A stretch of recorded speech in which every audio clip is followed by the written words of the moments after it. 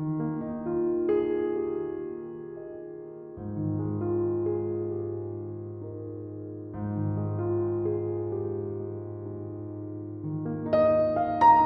Everyone, good morning. কেমন আছেন আপনারা সবাই? আশা করছি সবাই খুব ভালো আছেন, আর আমরাও বেশ ভালো আছি।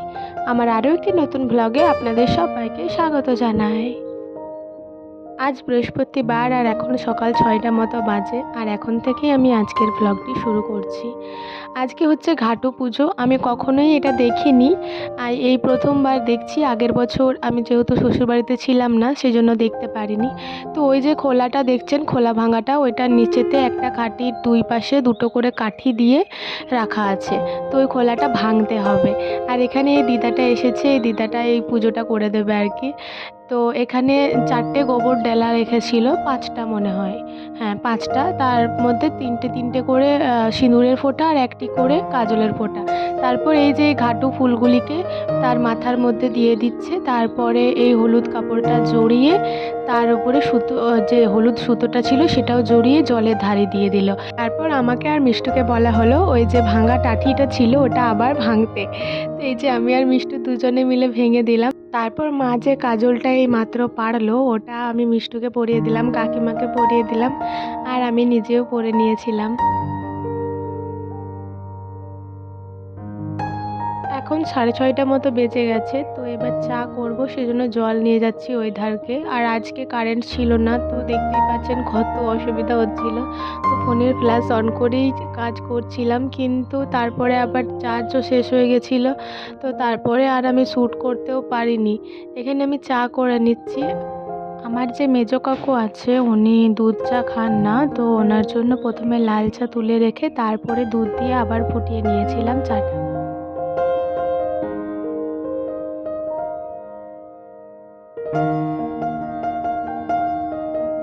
গতকাল যেহেতু ঝড় হয়েছিল আর বৃষ্টিও হয়েছিল, তো এই যে জানালার মধ্যে যে প্লাস্টিকগুলো দেওয়া আছে ওগুলো একটু এলোমেলো হয়ে গেছিলো।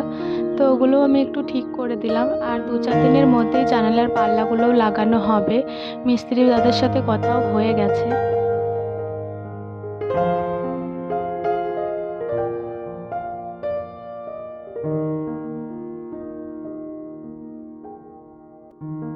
এবার যখন আমি মার্কেট গিয়েছিলাম, মানে আমার বাপের বাড়ির ওখানে কাছেই তো মার্কেট, তো ভেবেছিলাম বিছানার চাদর দুটো নিয়ে আসবো, কিন্তু এবারও আর হলো না। তো পরের বার যখন যাব তখন দুটো চাদর অতি অবশ্যই নিয়ে আসবো, কারণ এই একটি চাদরই আমার 3 মাস পাতা হচ্ছে। আজকের দিনটা খুবই ব্যস্ততমই একটা দিন, কারণ সকালে উঠেই এই যে ঘাটু পুজো হলো, তারপর আবার সংক্রান্তি পুজো হবে, তারপর আবার আজকে হচ্ছে বৃহস্পতিবার। তো সেই জন্য প্রথমেই আমি আমার রুমটি মুছে নিলাম। মা ঝাড় দিয়ে রেখেছিলেন আজকে, কারণ মা বলছে তুমি তাহলে কখন করবে। ওই ধারে 3টে রুম আমি ধুয়ে মুছে এসেছি, তারপরে এই যে এই ধারকে এলাম, তারপরে এই যে 3টে রুম আর এই সব কিছুই ধুয়ে নিলাম ভালো করে। এই জায়গাটা মুছতে একটু বেশি কষ্ট হয়, কারণ এই জায়গাটা যেহেতু এখনও শান দেওয়া নেই, তো হাতের মধ্যে একটু লেগেও যেতে পারে, তো এটা একটু সাবধানেই মুছতে হয়।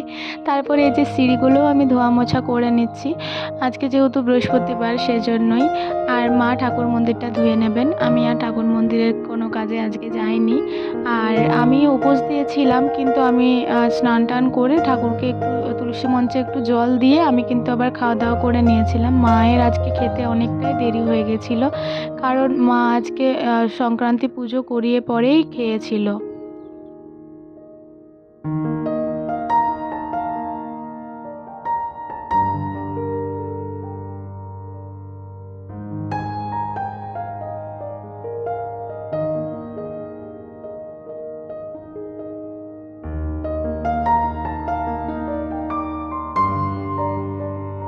সকাল থেকে যেহেতু জলেরই কাজকর্ম হচ্ছে, তো জামাটাও প্রায় ভিজেই গেছে। তো এবার আমি স্নানও করে নেবো, কোনো অসুবিধা নেই। আর এখানে আমি জামা কাপড় বের করে নিচ্ছি, মানে হ্যাঁ জামা কাপড় তো বাইরেই থাকে, কিন্তু শাড়িগুলো আমার সব ঢোকানোই থাকে আলমারির ভিতরে, কারণ শাড়িটা যেহেতু আমি খুব একটা পরি না। বৃহস্পতিবার আর সোমবার এই দুটো দিনই আমার শাড়ি পরা হয়।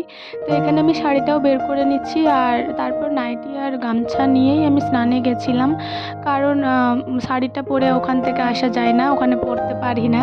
তো আজকে আবার কি সমস্যা, কারেন্টও ছিল না, তো খুবই কষ্টই হলো জল টিপে টিপে স্নান করতে।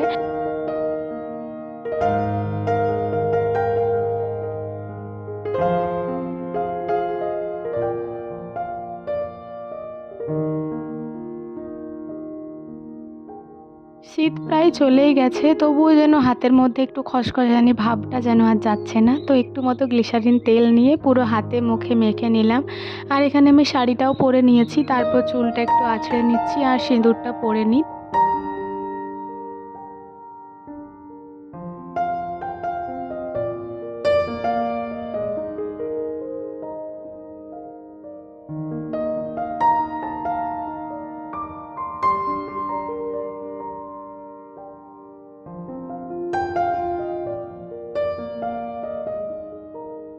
আজকে যেহেতু এই তারটা ফাঁকাই ছিল আর আমার খুব একটা জামা কাপড়ও ছিল না, সেজন্যই আর ছাদে গেলাম না, এখানেই মেলে দিলাম।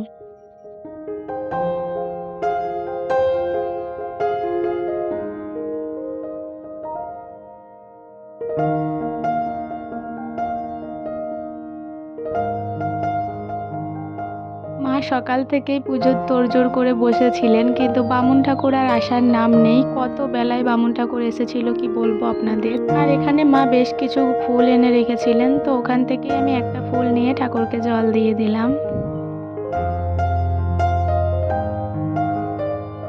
তারপর আবার ওই বাড়িতে গিয়ে বেগুনি বানালাম, আর এখানে আমার ছোলা ভেজানো ছিল, যেটা আমি মুড়ির সাথেই খেতে ভালোবাসি। তো ছোলা, মুড়ি, দুধ আর বেগুনি মাখিয়ে খেয়ে নিলাম, খুবই ভালো লাগলো।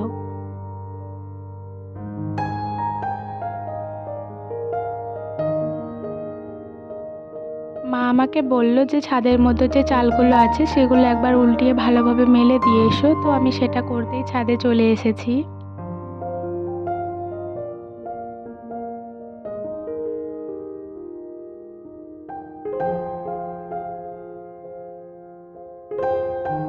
এই অল্প সময়ের মধ্যে যে আমার কত ঘাম দিয়েছিল কি বলবো আপনাদের।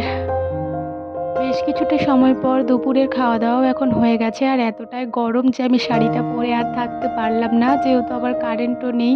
তো সেজন্য আমি নাইটিটা চেঞ্জ করে নিলাম। আর এখানে বাসনগুলো 3টে বাসন পড়েছিল, আমি, মা, ঠাকুমা খেলাম লাস্টে। তো সেজন্যই এই 3টে বাসন আমি ধুয়ে নিচ্ছি। একটা ব্যাপার খুবই ভালো যে আমি যখন এই খাওয়া দাওয়ার পরে যখন একটু শোবো বলে যাচ্ছিলাম, তখন কিন্তু কারেন্টটা চলেই এসেছিল আর কোনো রকম ডিস্টার্ব করেনি। এটা হচ্ছে আমার মেজো কাকিমার মেয়ে, এর নাম মিষ্টু। তো একে আমি টেনে টেনে নিয়ে এলাম যে আমার কাছে ঘুমাবি চল, নয়তো ও ঘুমাবেই না।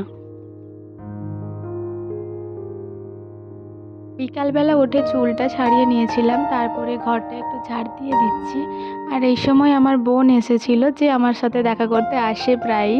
তো আমি তো ছিলাম না, বাপের বাড়ি গেছিলাম। তো কালকে আবার ঝড় বৃষ্টি হচ্ছিল আর আমি অনেকটা সন্ধ্যাবেলাতেই বাড়ি এসেছিলাম।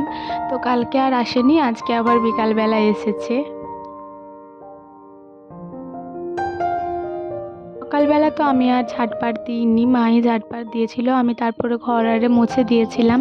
তো তারপর এখানে উঠানটাও ভাবলাম একটু ভালোভাবে ঝাড় দিয়ে দিই।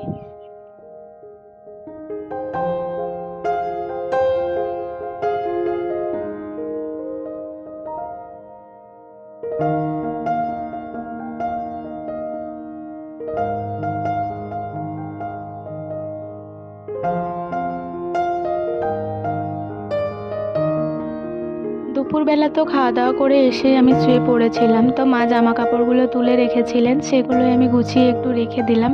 আর এই শাড়িটাও রেখে দিলাম, কালকে একটু ধুয়ে আবার আলমারিতে রেখে দেব। তারপর সন্ধ্যাবেলা চা আরে খেয়ে এই যে মিষ্টুকে পড়তে বসাতে নিয়ে এসেছি, আর আমি আমার আসনটার দিকে একটু চোখ দিলাম। আমার আজকের ব্লগটি আমি এখানেই শেষ করছি। ভালো লাগলে অবশ্যই লাইক, কমেন্ট করবেন এবং সাবস্ক্রাইব করে আমার চ্যানেলটির পাশে থাকবেন। আবারও দেখা হবে কালকে একটি নতুন ব্লগের সাথে।